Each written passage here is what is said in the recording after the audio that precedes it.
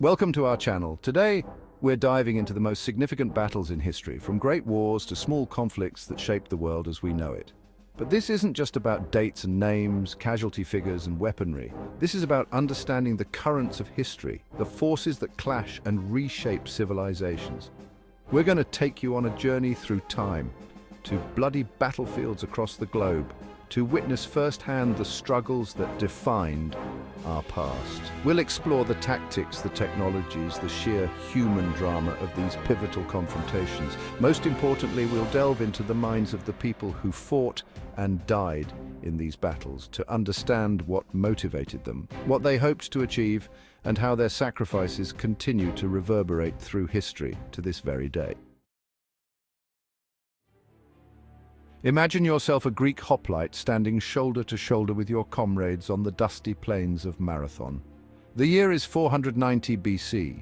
Across from you, a vast Persian army, their numbers seemingly endless, the sun glinting off their bronze armor. They have come to crush your city, to extinguish the flame of Greek independence. The Persian Empire was a superpower of its age, stretching from the Indus River to the Aegean Sea. Their king, Darius, was used to obedience, to entire nations bowing before his might. And you, a citizen soldier, stand between him and the heart of Greece. The very air crackles with tension, with fear and defiance in equal measure. The Persian arrows darken the sky, a deadly hail. Your shield is your only protection, the weight of your armor almost unbearable under the scorching sun, but you hold your ground, you must. The victory of the outnumbered Greeks, against all odds, resonated through the ages, solidifying the notion of Western exceptionalism.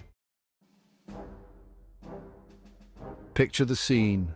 The rolling hills of southern England, October 14th, 1066. The air is thick with the anticipation of battle, the ground already churned to mud by the feet of thousands. On the other, the Norman forces of William the Bastard, Duke of Normandy. Their cavalry, charging with lances lowered, is a terrifying sight. The Saxons form a formidable shield wall atop Senlac Hill. William's victory at Hastings was a turning point in English history. Step onto the muddy field of Agincourt, 1415, and feel the rain soaking through your clothing. You are an English longbowman, facing a French army 10 times your size. They are the flower of French chivalry, clad in shining armor, mounted on magnificent chargers.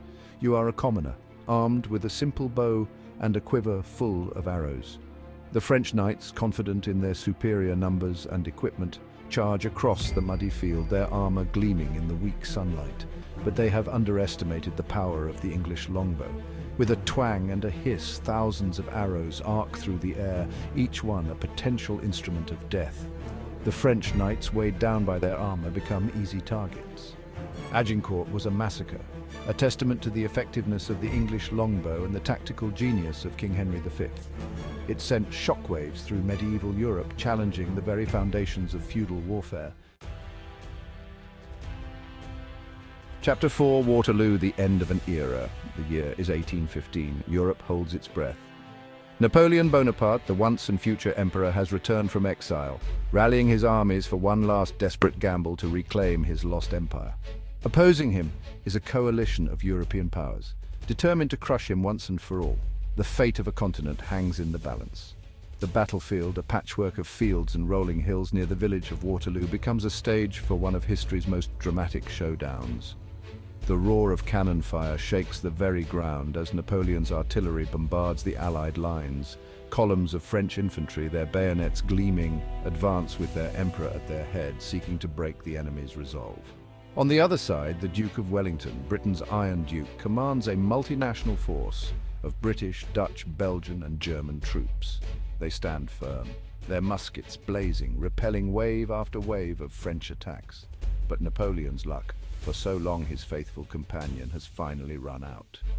Waterloo marked the end of an era, ushering in a century of relative peace in Europe. Chapter 5. Gettysburg, high tide of the Confederacy. Imagine the summer of 1863. The American Civil War has been raging for 2 long years. Gettysburg, Pennsylvania, becomes a focal point for a decisive battle. General Robert E. Lee invades the North, hoping to force peace. They are met by General George G. Meade's Army of the Potomac. For 3 days, the battle rages. Gettysburg becomes a scene of unimaginable carnage.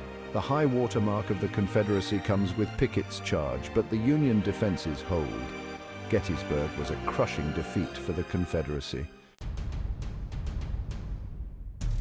Chapter 6, Stalingrad, a city consumed by war. The year is 1942. The world is engulfed in the flames of World War II. On the Eastern Front, a titanic struggle is taking place. Stalingrad becomes a symbol of Soviet resistance. The German Sixth Army arrives in August 1942. They expect a quick victory but underestimate Soviet tenacity. The battle becomes a byword for brutal urban warfare. Block by block, street by street, the battle rages. Stalingrad breaks the back of the German army in the east. Chapter 7, Midway.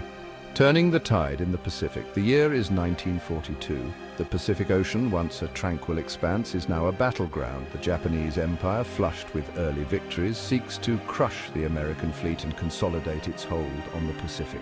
Their target, Midway Island, a strategically vital outpost in the Central Pacific. American aircraft carriers, their decks bristling with fighters and bombers, faced off against the might of the Japanese Imperial Navy.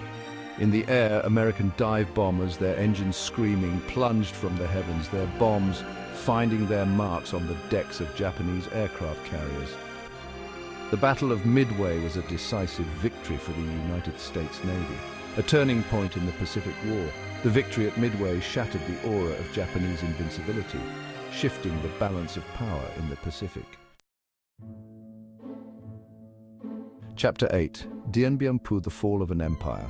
The year is 1954. The French Empire, once a global power, is clinging to its last vestiges of colonial control in Indochina. Dien Bien Phu, a remote valley in northwestern Vietnam, becomes the unlikely setting for a battle that will decide the fate of a nation. The French, seeking to draw the Viet Minh into a decisive confrontation, establish a fortified base at Dien Bien Phu. They believe their superior firepower and air power will guarantee victory, but they have underestimated the determination of their enemy. The Viet Minh, led by the brilliant General Von Nguyen Giap, are masters of guerrilla warfare. Using bicycles and sheer manpower, they haul artillery pieces over mountains and through jungles surrounding the French base.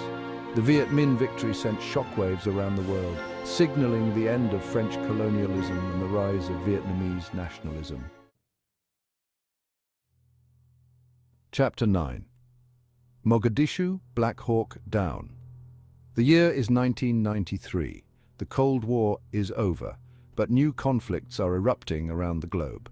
In Somalia, a nation ravaged by civil war and famine, the United States intervenes in a humanitarian mission that will turn into a nightmare. Mogadishu, the Somali capital, is a city on the brink of collapse.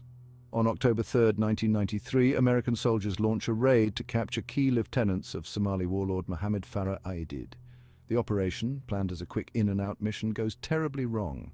Somali militiamen armed with RPGs and AK-47s shoot down 2 American Black Hawk helicopters, their wreckage crashing into the crowded streets of Mogadishu.